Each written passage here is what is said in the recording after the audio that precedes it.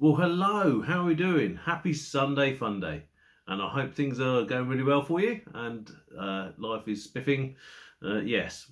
So, what have I been up to this week? Well, this week I've been working on short stories, the joyous journey of writing short stories, still just tinkering along, which I love doing. And for those that do follow my Victorian stuff, I'm writing Professor James short story. So yes, he is back in action. So I look forward to revealing that to you. And of course, has his own novel in The First Man to Mars, and he was born in Victorian Adventure Stories 1. He got his own short story, a Hebridean Adventure, which is I'm trying to do as a screenplay as well. But anyway, I'm off on tangents, aren't I? So yes. Anyway, like I say, I hope your week's going well. So what are we going to talk about this week?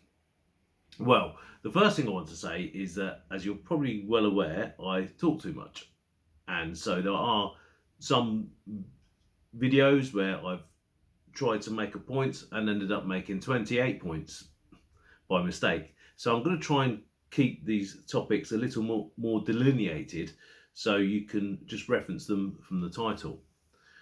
Really trying to stop saying and and so if you notice hesitancy as I'm speaking, that's what I'm trying to do.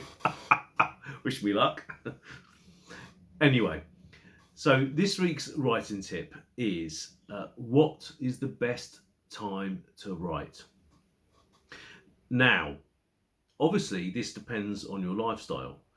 For me, I'm coming from a position of disorganisation and chaos at the moment, but I'm working on that, and I'm working on structure.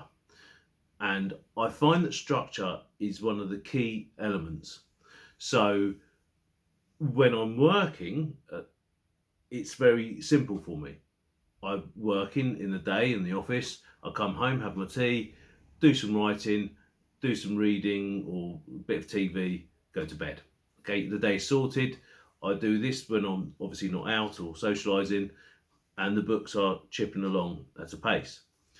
Now, obviously, if you are unemployed or between contracts or retired or whatever, it can be easy just to end up floating through space. And with everything that I've been through recently, that's kind of where I've been at. So I need to be structuring myself to get a routine. Now, for some of you, it may be a lot easier. You may be a very organised person, and all credit to you, fantastic. So you may be able to easily delineate where the time is in your calendar. Whether it should be morning or afternoon or evening is entirely up to you. It can flux, it can change. Perhaps you're a morning person, perhaps you're a night person. So for me, when I am working, sometimes I'll get up at 6 a.m. on a Saturday and just crank a load of writing out. I love it. It's fantastic. I'm just, wow, what a good start to the day. I'm also quite happy, doing it in the evening. When I lived in the hostels, I used to do night shifts because the hostels were busy, and when I was between contracts, then what I'd do is I'd sit up all night and write, and then go to bed about 4 in the morning, sleep till about 11, and that worked. It was really productive. So it is, I know it seems a little bit of a cop-out answer, but it is entirely up to you. When do you think best? When is the best time? What's the environment about that? I'll be doing a separate video on environments, but you need to key these kind of factors in. Some people get up 2 hours before they've got work. Some really dedicated writers out there. They'll write for 2 hours and then they will go to work. For me, I'd probably fall asleep, so that's not fair on my employer. However, you notice that when I'm not at work, I do like to get up early and write. So just think about consistency and structure. If you can get a timetable, if you can make it part of your daily routine, whether it be 2 hours before you go to work, perhaps you're retired and the afternoons are often quiet for you, or you're a bit bored in the afternoon, so perhaps you could say 2 till 4 I'm going to write every day. It could just be half an hour. Every word counts. So think about structure. Think about getting where could you place it where it becomes part of your daily routine. This is going to be best key to success. Don't worry for now about how much you get done, as in, well, I'm not never going to be able to write 10,000 words in an hour. That doesn't matter. It's about consistency in my mind. That's what you need. If you're writing every day or almost every day, you've got a regular kind of occurrence where you're getting your work done, you're going to be on that journey, you're going to be growing in confidence, and your work is going to come to completion.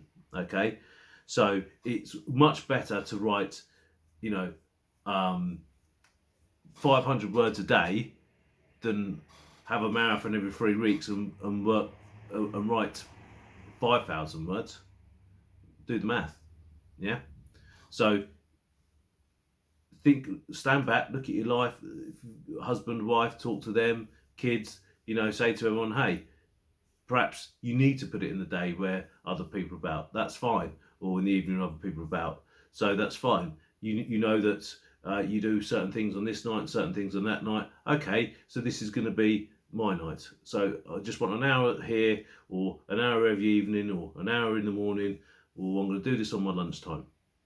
So I'm labouring the points a little bit, so I'm going to wrap up. But you understand what I'm trying to say.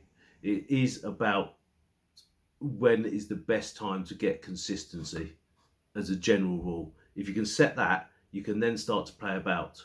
Obviously, if you are a morning person, then it may not be practical to do it early in the morning. So perhaps you can do half an hour in the evening during the week. Get up one early on the weekend if you're really looking to kind of get your productivity up. Of course, you can write when you want.